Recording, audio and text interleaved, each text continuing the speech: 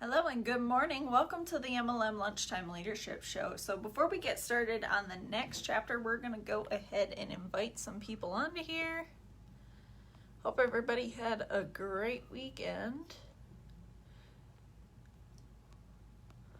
Although honestly, today it doesn't even really seem like Monday. I still feel like it's the weekend, but you know.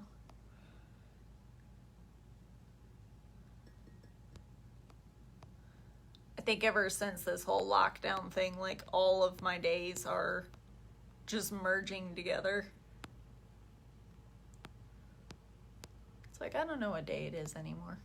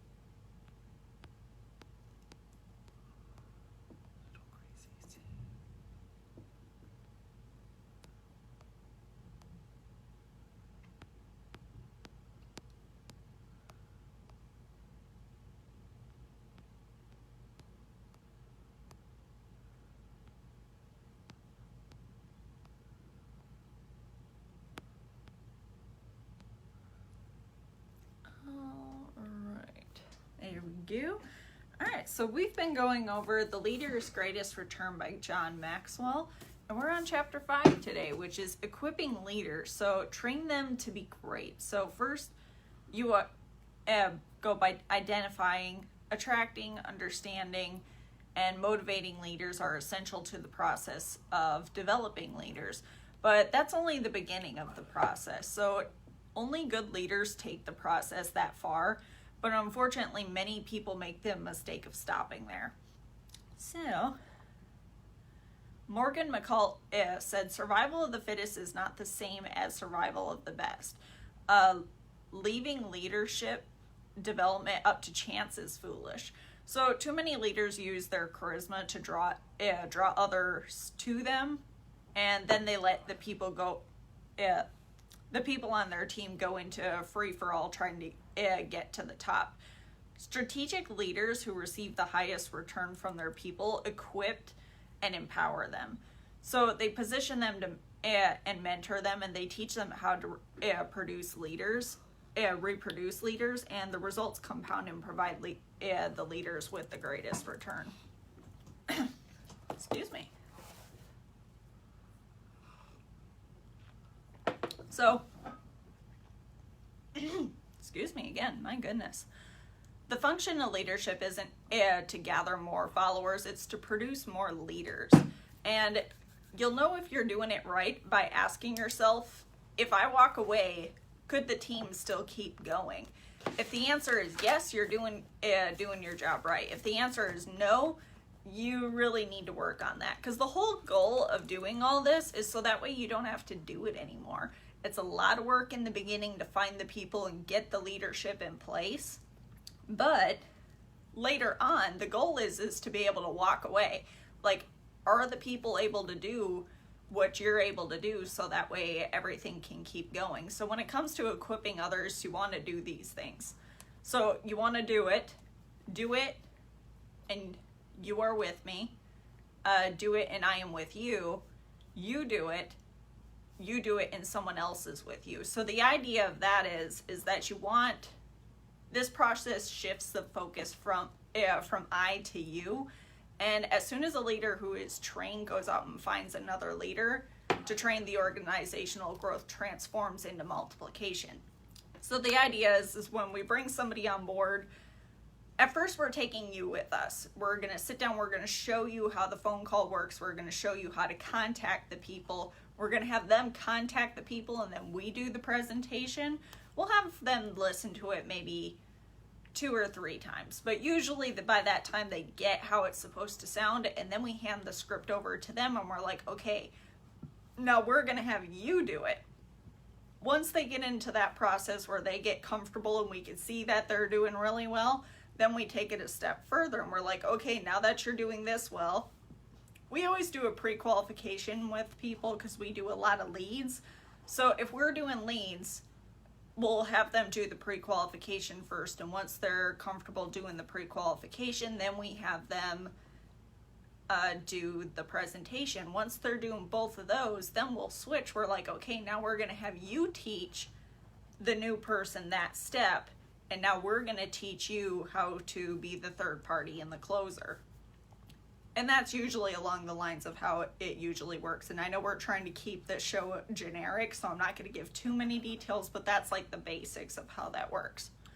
But what that actually does is that it's training the team, it's training them on the presentation, and it's making them a much stronger leaders, because everybody really needs to learn their presentation. And if you don't know it, you're not going to do very well, because what's going to happen is if it makes the leadership very busy. A leader who has a bunch of followers and not enough other leaders, they're extremely busy, and they can't keep up, because if they do have a bunch of people who are like, I need you for a phone call, I need you for this presentation, I need you for this, I need you for that. You need to make sure that your people are self-sufficient enough where they can handle some of that themselves, or they can ask another person. So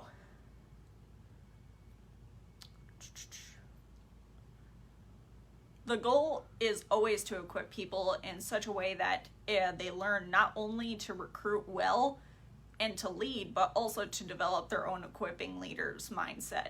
So there's 6 essential practices when it comes to equipping leaders. So number 1, there we go.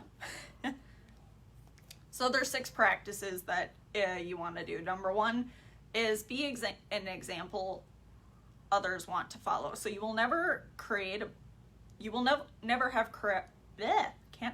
credibility or be skilled enough to develop others if you are not developing yourself as a leader. So here's an acronym to help you with this and the questions that you want to ask yourself. So John says the acronym is LEAD. So L is for learning, what am I learning? E is for experiencing, what am I experiencing? A for applying, what am I applying? And developing, who am I developing? So developing yourself comes first, because you can't give what you don't have. And telling other people to do what you haven't done isn't equipping, it's not equipping, it's just bossing. It's just do as I say, not as I do. And the problem with that is people are going to see through that, and they're going to do what they see, which is very unfortunate, and they're always going to ask this. So this applies especially to events and trainings. So if you're on so I'm going to use this as an example because I see this quite often. And this is also this has happened in our organization and different organizations. If you're on your phone during a training or an event, guess what all your team's going to do? They're going to be on their phone looking through Facebook, looking through Instagram, and they're going to be doing the same thing. So if you're not paying attention, your team's not going to pay attention. Even if we've gone through the training 50 times, I'm still taking notes. I had to make this a habit of mine, because even though I listen to it, it's something I'm like, you know what, I still don't know it well enough where I can do it myself, so I still need to be taking notes. Excuse me. But by doing that, even though I know the information, what it's doing is it's setting the standard for the rest of the team, because your team's going to do everything that you're doing. And if you're not doing it, even though you've been through it already, you still need to show them. Heck, you could be making a to-do list on your sheet of paper, but the point is you have to be looking busy. And I just keep taking notes and I write it repeatedly. If you look in my notebook for every time I go to an event or a training, I have stuff repeated, and that's fine. But it's making sure I know the information, because I don't know if anybody's had to study terms for a test, but something I had to do in school, if I was studying terms for a test, I had to write it 10 to 20 times, so that way I remember it. So that's a way to remember the information as well as setting the example for the team. But the bottom line is that the quality of the leaders is reflected by the standards they set for themselves. And if leaders adopt a low standard when it comes to teachability, training, and growth, their people will follow in their footsteps, and you're either a good example of what to do or a bad example of what not to do.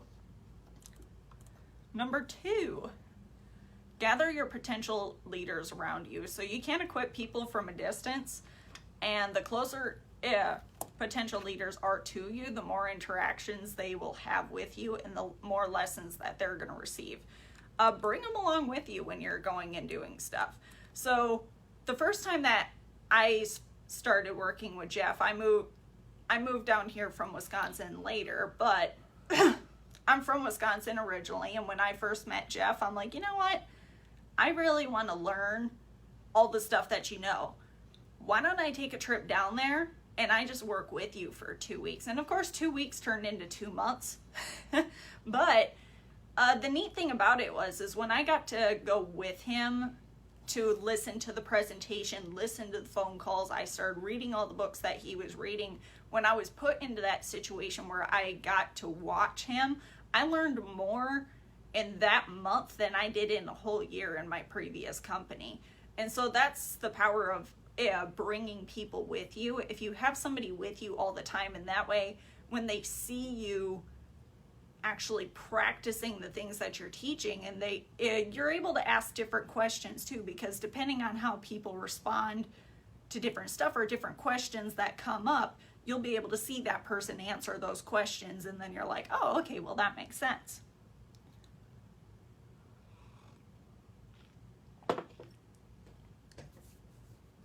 But that's something that I learned when I was coming down here, and it's very effective. And so any chance that you have to bring somebody else new on your team to something that they can learn from is a good opportunity for them to learn. So often leaders think it's quicker and easier to just do it themselves rather than train someone else to do it. But unfortunately, that's just short-term thinking. And the time you invest now will compound when well-equipped leaders are working for you in the organization. So don't be afraid to train people, and they're gonna make mistakes here and there. That's just what happens. It happens in every industry. People occasionally like to change things. They're like, oh, well, I'm not gonna follow the script exactly. I'm gonna word it this way. Unfortunately, every time somebody changes the script, they don't do well. And then later they're like, I don't understand why this isn't working. And I'm like, okay, well, let's sit down. Let's have a look at what you're doing. Show me exactly how you're bringing this to people. And it never fails. We will always have somebody who changes the script. And I'm like, this is what you changed. And it could be a word, it could be a sentence, or it just was out of order. And they're like, there's no way that that's what it is. I'm like, no, that's it. And I'm like, well, just humor me. Let's try it this way, do it exactly this way, and let's see what happens. And sure enough, the next time I meet with them, they're like, oh my God, it's so much better. And I'm like, see, I told you. I'm like, guys, there is a method to my madness. There is a reason I'm having you do it this way. Just trust me and go with it. Now, I'm totally fine with people experimenting and trying things different ways, but we're going to let you know if it's something that we've tried before and haven't been successful, and we're just going to save you some time. But we're totally okay with people going out and trying new things and seeing if things are different, because we have had people on the team where they're like, you know what, why haven't we tried this? I'm like, you know what, that is a good question. I have not even thought of that. 2 heads are better than 1, and sometimes it's a better method. But if it's something that we've already done and we've messed up on or spent money on, we're like, okay, this is just what we've tried before. This is the results that we got. We didn't do very well in that. So this is what works the best. If you find another way, great. But if not, we're going to do the stuff that works. Number 3, ask the right questions. So if you don't ask questions, you may find yourself teaching the wrong people the wrong things at the wrong time for the wrong reason. So asking questions so you can see where people are at. And when you gather people, if all you do is give orders, all you will get is order takers. You're not going to get people who are actually going to lead. You're still creating followers, but asking questions also makes people think and helps you see which direction we need to take them in. And also whether or not they are potential leaders, because sometimes you can see the potential somebody might have, but they just don't have the drive to really go any further. They may have the skills, they may be able to talk well, reach out to people. They may be a very good person, but they just don't want it for themselves enough to actually go out and do anything. And you got to be able to recognize that, because you can't push somebody to do something that they really have no desire to be doing in the first place.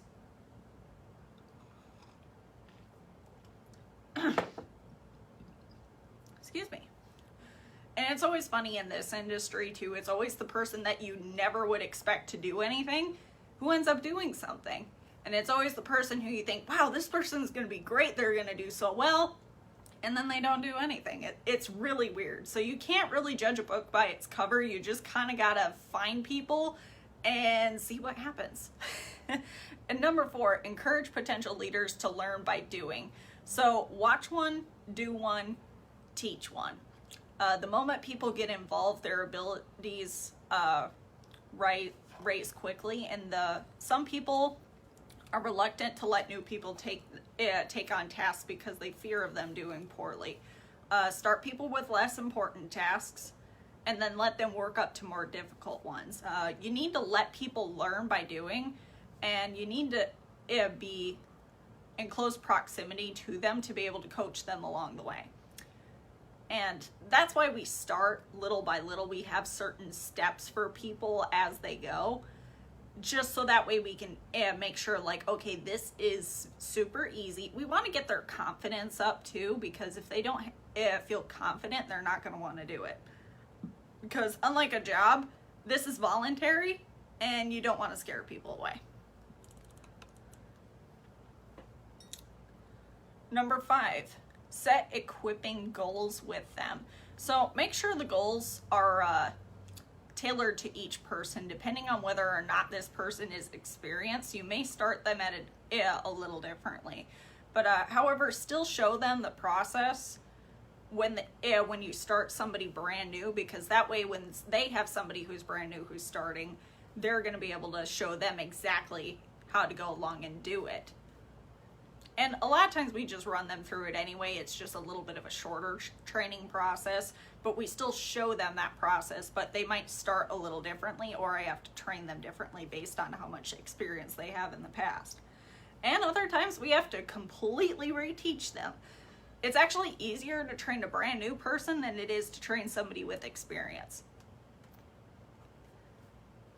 Make sure the goals are attainable. So in the beginning, when somebody's brand new, they're nervous, and they've probably had a couple friends and family who have told them, what the hell are you doing? Like, this is a scam, like, what the hell is going on? And you just want to make sure that you get them a couple wins under their belt. Like, we don't want to Grant Cardone them right away and 10x them, because it just scares the shit out of people. That's something for when they do get some wins under their belt and that they're a little further along. Then you can get them into some of the more heavy duty training where we can really start pushing their limits. Make sure the goals require them to stretch. So just because they start small doesn't mean they need to stay small. The goal is you want to keep them stretching until they get to the point where, when they look back, they're surprised at the progress that they've made. And like I said before, that process that we take them through, start by the do me a favor script, then we're gonna have you listen to the presentation, then we're gonna have them do the presentation, and then eventually we're gonna have them training other people as they're bringing people on board how to do the same process. And again, that's a little different depending on which company you're in, and we're trying to keep this generic. We actually talk about this in the MLM Millionaire Academy. Jesus, I can't talk today. I had to really think about that for a second. But we teach that in the school of how exactly to do that presentation and how to lead people through that process. So depending on which company you're in, and how the presentation works, because we do leads, because there's a difference in this process depending on whether or not you're doing leads or if you're doing warm market. So depending on which one you're doing will depend on how that process actually works. Make sure the goals are measurable and make sure the goals are clear and in writing. The reason you want to do that is because you need to be able to track them. And if you don't write the goal down and you're just guessing, you're not going to go anywhere. Because some people are like, oh, well, I want to reach this level by next year. And I'm like, okay, well, how many people do you need to recruit? And how many customers is that? We don't like to run for customers necessarily. We always strive for recruits because it's just more profitable.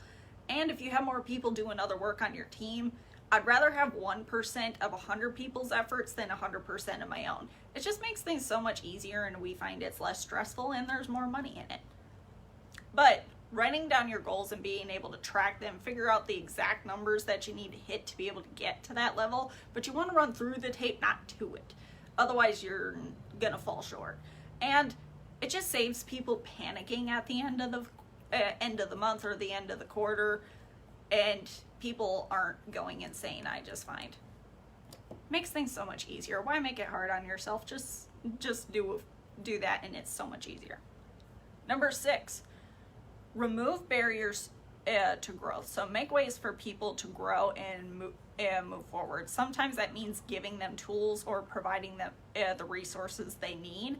Other times it means introducing them to people inside or outside of the organization.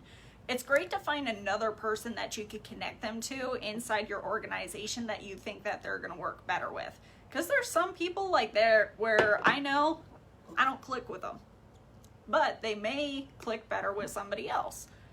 And that's just how it works. Not everybody's going to like you, but that's why we have so many people on. The great part of having so many people on the team is like, you know what? I think they would work better with that person. And sometimes it works. And I'm like, okay, cool. And then they can actually work with that person, and that it just makes everything more effective. So an equipping leader becomes an equipped leader becomes an equipping leader. So work yourself out of the job. Equip people to replace yourself. The goal is to replace yourself eventually. You don't want to stay in that position forever, because if anything ever did happen to you, nobody else is going to be able to take over. And that's not the goal. Like, we want everybody to be able to come in and be able to do what we do. And that's how you replace yourself. Like, it's nice when you get to a point where you don't have to do anything and everybody else has it. And then what that does, it actually frees up your time so that way you can focus on the more difficult stuff that those leaders are not ready for. Because otherwise, if you're trying to handle all these other incoming phone calls and you're handling everything on the team, not only is the team not going to grow, but you are not spending your time effectively. So 3 ways to accomplish this. Number 1, place a high priority on working yourself out of the job. So ask yourself, what am I doing now that can be done by others? And who can I equip for this task? So what are some things that you are doing that you can find somebody else to do for you? That's where showing people that process that we talked about earlier, that's where that comes into play. Number 2, place a higher priority on developing people than on having the position. Hoarding power is often what leads to someone losing power, and raising up and equipping leaders makes you a better leader and better able to do bigger and better things. So like I talked about, if you're so busy with some of the small finicky stuff that could be done by somebody else, you're not going to have time to do things that you should be doing. And then number 3, place higher priority on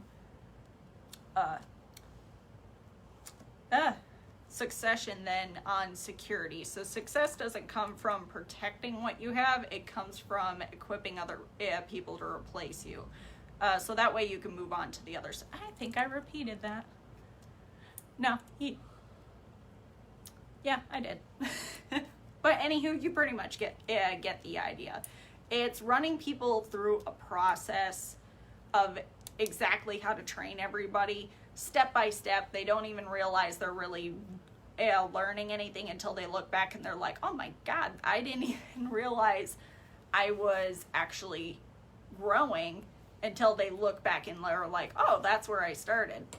So that's how you want to do things with people, and it's teaching them the skills to be able to handle it themselves.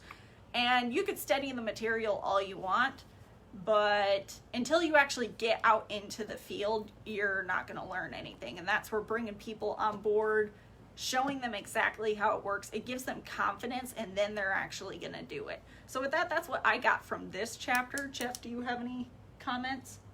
No, that's it. Cool, I covered it all.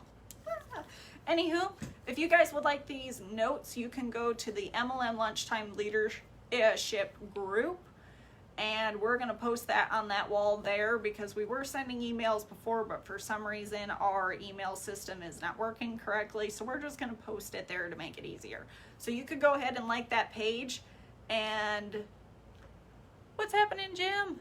So you could go ahead and like that page, and we're going to post the notes there. Also, if you guys would like to follow us on YouTube, each one of these videos is going to be uploaded to there. So that way, if you'd like to go back, take some notes, you are more than welcome to. But with that, we will see you guys tomorrow. Awesome.